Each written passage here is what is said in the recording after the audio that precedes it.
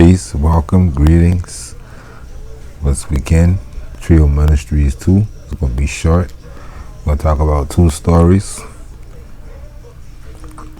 We're going to talk about the workshop of the mind. We're going to talk about the broken blades. And again, at Trill Ministries, we're taking out from a religious realm and bringing it into our realm. So you got the characters: Mary, Jesus, Joseph, Pontius Pilate. We can change those names for us and our concern to the names we use today: Keisha, Lil J, and Jesus, he Lil J at Trill Ministries. Because we're talking about ourselves. What we get out these is the lessons, not the religious aspect, theology. We find the knowledge within it. So let's begin. We're going to use two stories. This Lil J, Jesus, at around between 6 and 9 years old, 12 years old, I see him right there. 12 years old now. Watches Mary and Joseph both went to the sacred groves of Egypt to learn a certain knowledge, and the knowledge is the simple things in life that our parents give to us. If we listen carefully,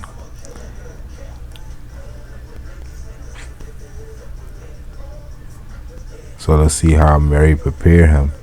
Mary prepared him with the science of the inner self from birth up until this year of 12 that we see. And then he went to Joseph for him to do his part. So the sun and moon both got a job to do. So his part been to teach him about the outer self, which he was going to teach him carpentry. In our case, there's many different things that man can teach you, the skills for you to pay the bills, right? And take care of your family, yourself, of your own. So let's see how Mary trained this king, Lil J. The great feast of the Pasch was ended, and the Nazarenes were journeying towards their home, and they were in Samaria. And Mary said, in our case, somewhere in America, "Where is my son? No one has seen the boy." And Joseph sought among their kindred, kinfolk, who were on their way to Galilee, but they had seen him not. Then Jesus, Mary, and the son of Zebedee returned and sought through all of Jerusalem, and they could not find him. And Mary asked the guards, had they seen Yahshua, Lil J, a little boy about 12 years old? The guards said, yes, he in the temple now disputed with the doctors of the law, or masters of the law, lawyers, or philosophers, or teachers. But you can see at 12 years old, he was a grown man. So Mary prepared her son well. And she's just an example for you, if you was a female listening to this. She's a role model. And they went in and found him as the guard had said. And Mary said, "Why, Yahshua? Why do you treat your parents thus? Lo, we have sought 2 days for you. We feared that some great harm had overtaken you." And Yahshua said, "Do you not know that I must be about my Father's work?" He talked about his metaphysical father, not Joseph. He talked about that work too, but he talking about the great work that he came to do, which be love manifest. We don't get too far into that. But he went around and pressed the hands of every doctor of the law and said, "I trust that we meet again." Little young noble. And then he went forth with his parents on their way to Nazareth. And when they reached their home, he wrought with Joseph as a carpenter. Now watch how he used metaphysics to break down the inner soul, because that's what Mary teach him. She teach him about everything about man himself, the inner soul of man. So he gonna correlate those teachings at 12 years old with carpenter tools. And then when he went forth with his parents on their way to Nazareth, he walked with Joseph as a carpenter. One day as he was bringing forth the tools, he said, he said, "These tools remind me of the ones we handle in the workshop of the mind, where things were made of thought and where we built up character." So that's what a mother did. She built his character. So when he come out into the world and be a politician or a carpenter or a police or whatever career, he already got his mind right.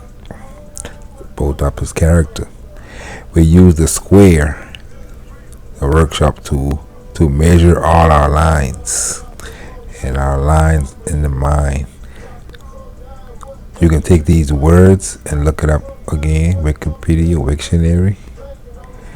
Wiktionary will give you a figurative meaning for a line that will further translate this for you, because he's using parable metaphysics to straighten out the crooked places of the way and make the corners of our conduct square.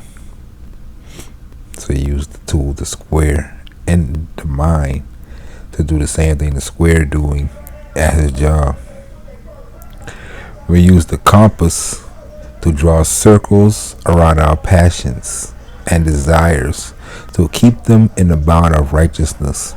So he already got an understanding of the higher and the lower spirits that's within him that he can't kill, but he could tie him up and keep them in bound, his desires and passions. We use the axe to cut away the naughty, useless, and ungainly parts of the mind and make the character symmetrical, balanced. We use the hammer to drive home the truth and pound it into it is a part of every part. That means living truthfully and getting the truth out of things as you go. We use the plane to smooth the rough, uneven surfaces of joint and block and board, and then go to build a temple for the truth. The chisel, line, the plummet, and the saw all have their uses in the workshop of the mind. And then this ladder, with its Trinity steps, faith, hope, and love, the three Trinity, which again, different aspects of that: moon, sun, earth, man, woman, child. On it, we climb up to the dome of purity and life. And on the 12-step ladder, we ascend until we reach the pinnacle of that which life is spent to build the temple of the perfect man. Now, I'm not a deep thinker. I don't know what it is, 12 years old.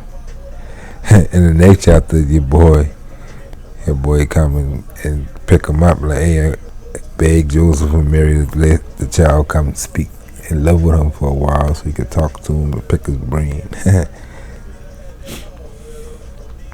The fame of Joshua as a teacher spread throughout the land. People came from far and near to hear his words. That's the second story. Starting at 1. I think there's 32 verses in this. So let's take our time and go through it, get the information out of it. A lot of people can't look past the religious connotations, so they miss the lessons.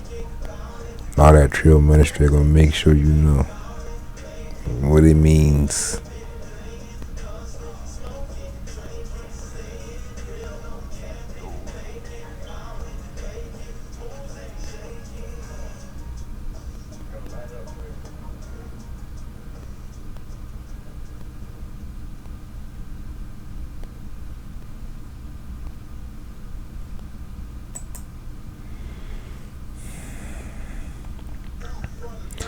The fame of Joshua has reached as a teacher spread throughout all the land, and people came from near and far to hear his words of truth.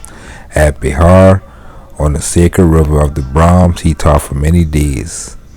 And Ak, a wealthy man of Bihar, made a feast in honor of his guests, and he invited everyone to come, and many came, among them thieves, extortioners, and courtesans.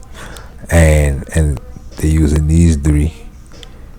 In these times, there are many other things that we judge, and we put people in boxes and call them these things that we consider bad, right? So they're using these as examples. Everything's examples. And Lil J sat with them and taught. But they who followed him were much aggrieved, because he sat with thieves and courtesans.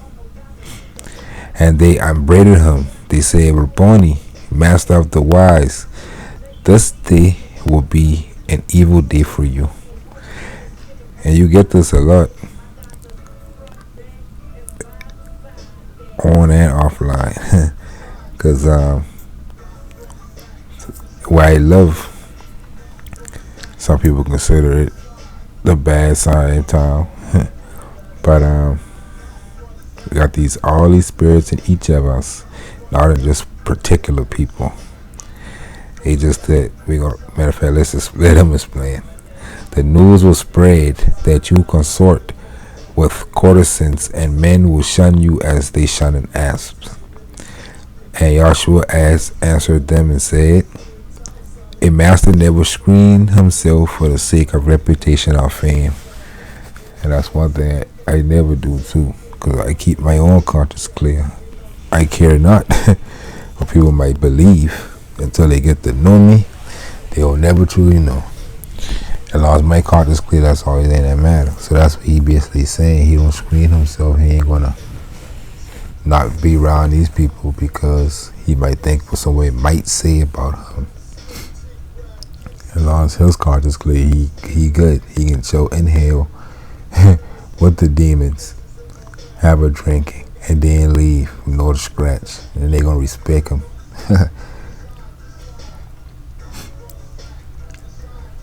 These are but worthless baubles of the day. They arise and sink like empty bottles on a stream. They are illusions and will pass away. They are the indices of what the thoughtless think. They are the noise that people make, and shallow men judge merit by noise.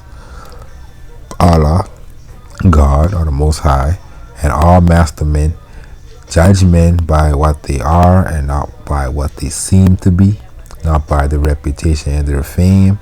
And again, not only your own conscience is a witness to you and what you do and say.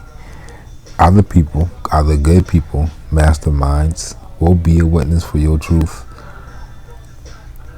These courtesans and these are children of my Father Allah, right? Also the same as you. When we judge people, we gotta realize it's reflections of you. Their souls are just as precious in his sight as yours or of the Brahmic priests. And they are working out the same life sums. I like that word sums. It's like a mathematical problem, solving a sum in life. So they're working out the same life sums that you have solved, quote unquote. You men who look at them with scorn. And some of them have solved much harder sums than you have solved. You men who look at them with scorn. Yes, they are sinners, quote unquote, and confess their guilt, while you are guilty, but are shrewd enough to have polished coat to cover up your guilt, spraying perfume on shit. Suppose you men who scorn the courtesan, these drunkards and these thieves, who know that you are pure in heart and life. Hey, you know, I got a series going on right now talking about these things, purity and things. The things you do, you know, while you're looking. And That's the thing. Nobody can know for sure. It's all outside. Your outside show. You wouldn't really know. Just because a person got on the robes and as the priests and the titles that don't tell you nothing.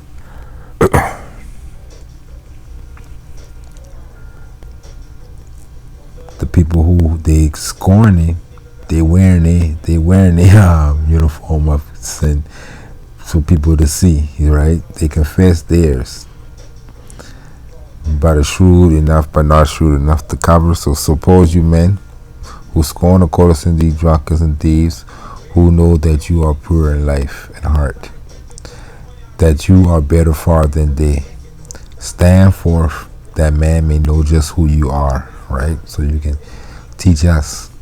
And that's what the people saying. Teach us then. The sin lies in the wish, in the desire, and not the act. And another form of this in the book of Joshua, a longer form of this chapter, he said, another good thing is saying that the sin lies in the wish and the desire, not the act. Because the act is a plenty reason why people do things. And like in one of the chapters, he get the man off who had steal the bread for his children. None of the people been looking at why he had eat the bread. It's been only seeing him as a thief. So the act that he really, and his wish wasn't to be a thief. His wish was to feed his children. So the sin lies in the wish, or in the desire of wanting to do a thing, not the act. The act is just, again, plenty situation leads to acts.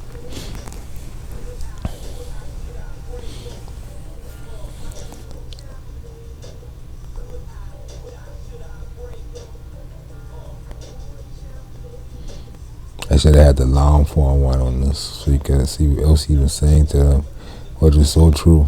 And they are true for just me and whoever reading this for ourselves.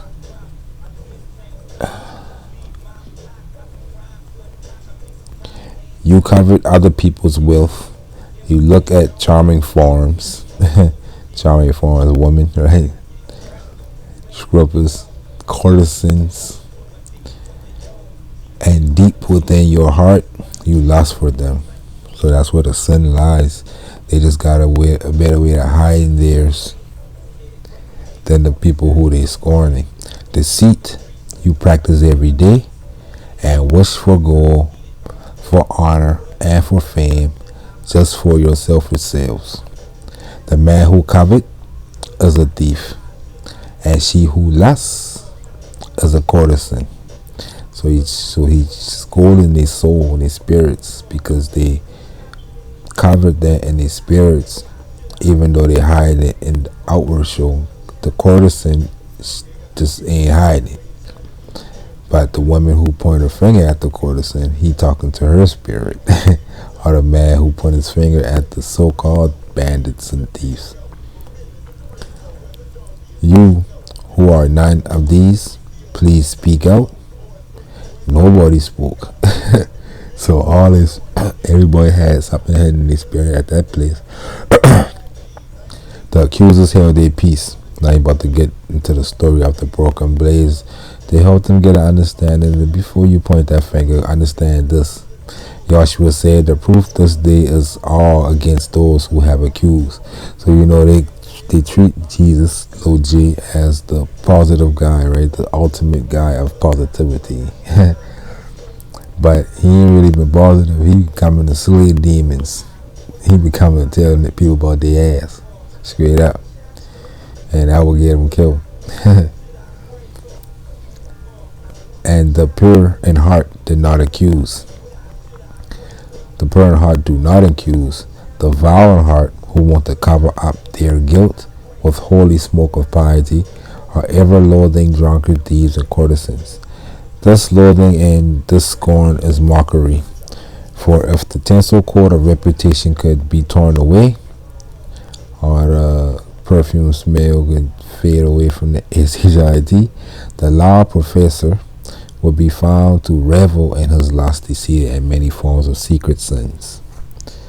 The man who spends his time in pulling other people's weeds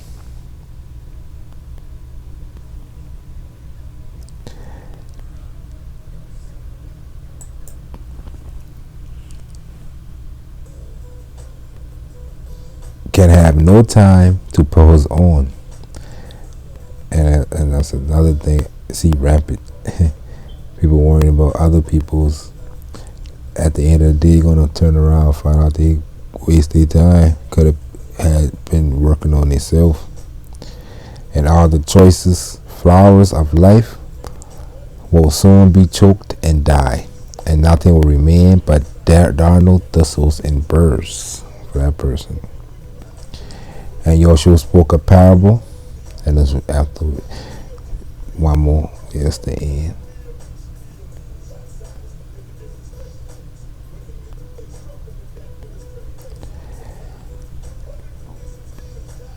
Let's pause before we continue.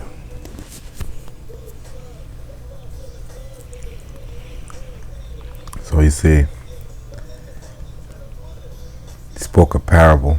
He said, behold, a farmer had a great field of ripened grain.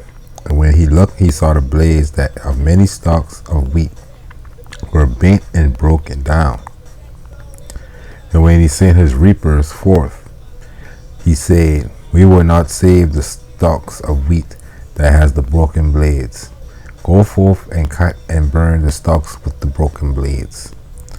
And after many days, he went to measure up his grain, but not a kernel could he find. And then he called the harvesters and said to them, where is my grain? They answered him and said, we did according to your word. Right? He been the one who sent out the reapers. We gathered up and burnt the stalks with broken blades, and not a stalk was left to carry to the barn. And Joshua said, if our law says only those who have no broken blades, or no sin, or no things that they are working for themselves, who have perfected in his sight, who will be saved? Right? Who perfect in his sight? Who is the perfect blade? None. All blades will burn. And the accusers hung their head in shame, saying the devil. Tell the truth, saying the devil, y'all shall win his way. So that's it for this Trill Ministry. And I didn't read these two before. But before we move on to a little bit more advanced religious understanding concepts, because all we're going to do is get the lessons out of it.